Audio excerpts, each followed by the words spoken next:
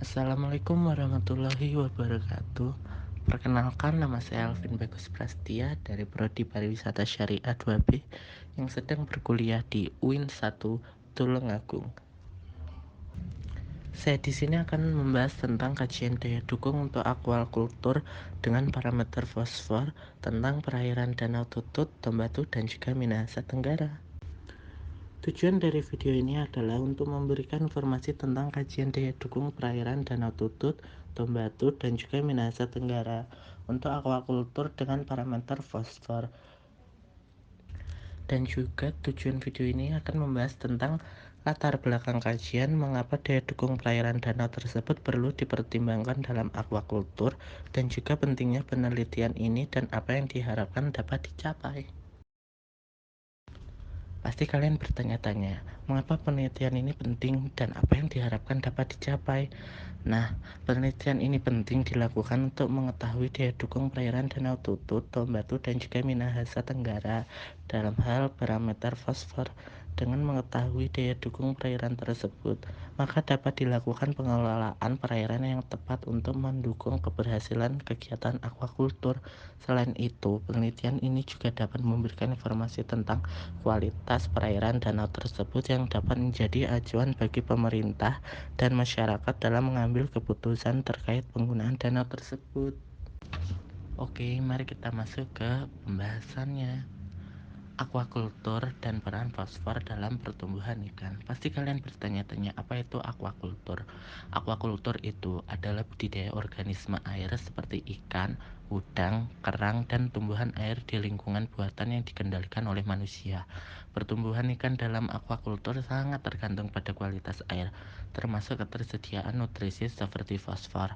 Fosfor adalah unsur hara penting untuk pertumbuhan dan perkembangan ikan dan juga berperan dalam metabolisme energi dan pembentukan tulang.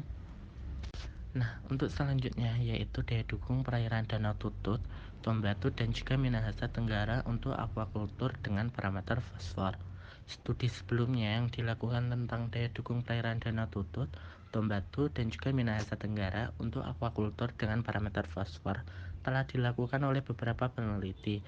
Salah satu yaitu studi yang relevan adalah kajian yang dilakukan oleh Talauhu et al. Tahun 2016 yang bertujuan untuk mengevaluasi kualitas air dan daya dukung lingkungan perairan Danau Tutut, Tombatu, dan juga Limboto untuk kegiatan aquacultur ikan air tawar.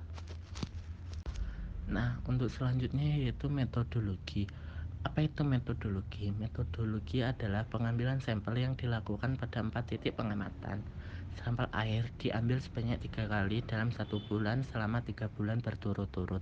Setelah itu, sampel air yang diambil itu dibawa ke laboratorium untuk dianalisis kadar fosfor. Pengukuran kadar fosfor dilakukan dengan metode spektrofotometri yang dilakukan dengan menggunakan alat spektrofotometer. Analisis data dilakukan dengan menghitung nilai rata-rata, standar deviasi, dan juga koefisien variasi dari data pengukuran kadar fosfor di 3 titik pengamatan. Selanjutnya, data tersebut dibandingkan dengan standar baku mutu air untuk perikanan dari Badan Standarisasi Nasional atau SNI 7311 tahun 2009. Hasil analisis ini digunakan untuk menentukan apakah perairan Danau Tutut dapat mendukung kegiatan budidaya ikan atau tidak. Nah, untuk selanjutnya ada diagram kandungan P pada permukaan dan dasar perairan Danau Tutut. Bisa dilihat yang satu itu adalah dekat inlet, yang dua lokasi KJT, yang ketiga di luar KJT, dan juga yang keempat dekat rataan outlet. Nah, yang selanjutnya yaitu studi lapangan dan pengambilan sampel air dari Danau Tutut. Yang pertama yaitu nilai rataan kandungan P perairan Danau Tutut pada pengukuran pertama sampai ketiga. Pengukuran pertama berada di 1095, pengukuran kedua berada di 1140, pengukuran ketiga berada di 971 dan juga rata-ratanya yaitu berada di 1069. Yang kedua yaitu fluktuasi harian perairan Danau Tutut.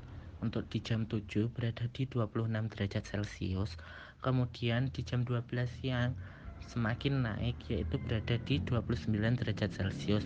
Kemudian di jam 6 kembali menurun, yaitu berada di 27 derajat Celcius.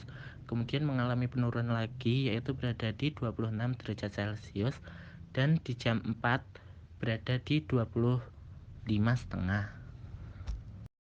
Yang ketiga yaitu fluktuasi harian kandungan oksigen terlarut atau DO dan pH perairan Danau Tutut.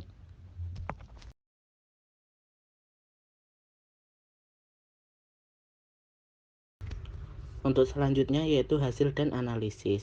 Untuk aquaculture, nilai ambang batas untuk parameter fosfor bervariasi tergantung pada jenis budidaya yang dilakukan. Pada umumnya, nilai ambang batas untuk fosfor di perairan aquaculture berkisar antara 0,03 sampai 0,5. Nilai ini harus dipertahankan agar pertumbuhan ikan tetap optimal dan tidak terjadi penumpukan fosfor yang berlebihan di perairan. Selain itu, evaluasi terus-menerus terhadap kondisi perairan juga sangat penting loh untuk memastikan keberhasilan budidaya ikan secara berkelanjutan. Untuk kesimpulan, berdasarkan hasil penelitian yang dilakukan, ditemukan bahwa kualitas air di Danau Tutut, Tambatu, dan Minahasa Tenggara masih tergolong cukup baik untuk mendukung kegiatan aquaculture dengan parameter fosfor. Namun, terdapat variasi konsentrasi fosfor yang cukup signifikan antara kedalaman dan waktu pengambilan sampel. Konsentrasi fosfor di permukaan air cenderung lebih tinggi daripada di dasar danau, dengan rata-rata konsentrasi fosfor di permukaan air sebesar 0,073, sedangkan di dasar danau hanya sebesar 0,035. Selain itu, terdapat perbedaan yang signifikan dalam konsentrasi fosfor antara waktu pengambilan sampel pagi dan sore hari, dengan rata-rata konsentrasi fosfor pada pagi hari sebesar 0,081, sedangkan sore hari hanya sebesar 0,027. Rekomendasi untuk pengelolaan perairan Danau Tutut, Tambatu, dan Minahasa Tenggara dalam mendukung kegiatan aquaculture dengan parameter fosfor adalah melakukan pemantauan kualitas air secara berkala, khususnya pada kedalaman waktu pengambilan sampel yang berbeda untuk memastikan bahwa konsentrasi fosfor tetap berada dalam kisaran yang aman bagi pertumbuhan dan kesehatan ikan. Selain itu, perlu juga dilakukan tindakan untuk mengurangi sumber pencemar fosfor di sekitar danau, seperti pengelolaan limbah yang lebih baik dan peningkatan kesadaran masyarakat akan Baik, sekian presentasi dari saya, yaitu membahas tentang kajian daya dukung untuk aquaculture dengan parameter fosfor. Kurang lebihnya mohon maaf, dan sekian terima kasih. Wassalamualaikum warahmatullahi wabarakatuh.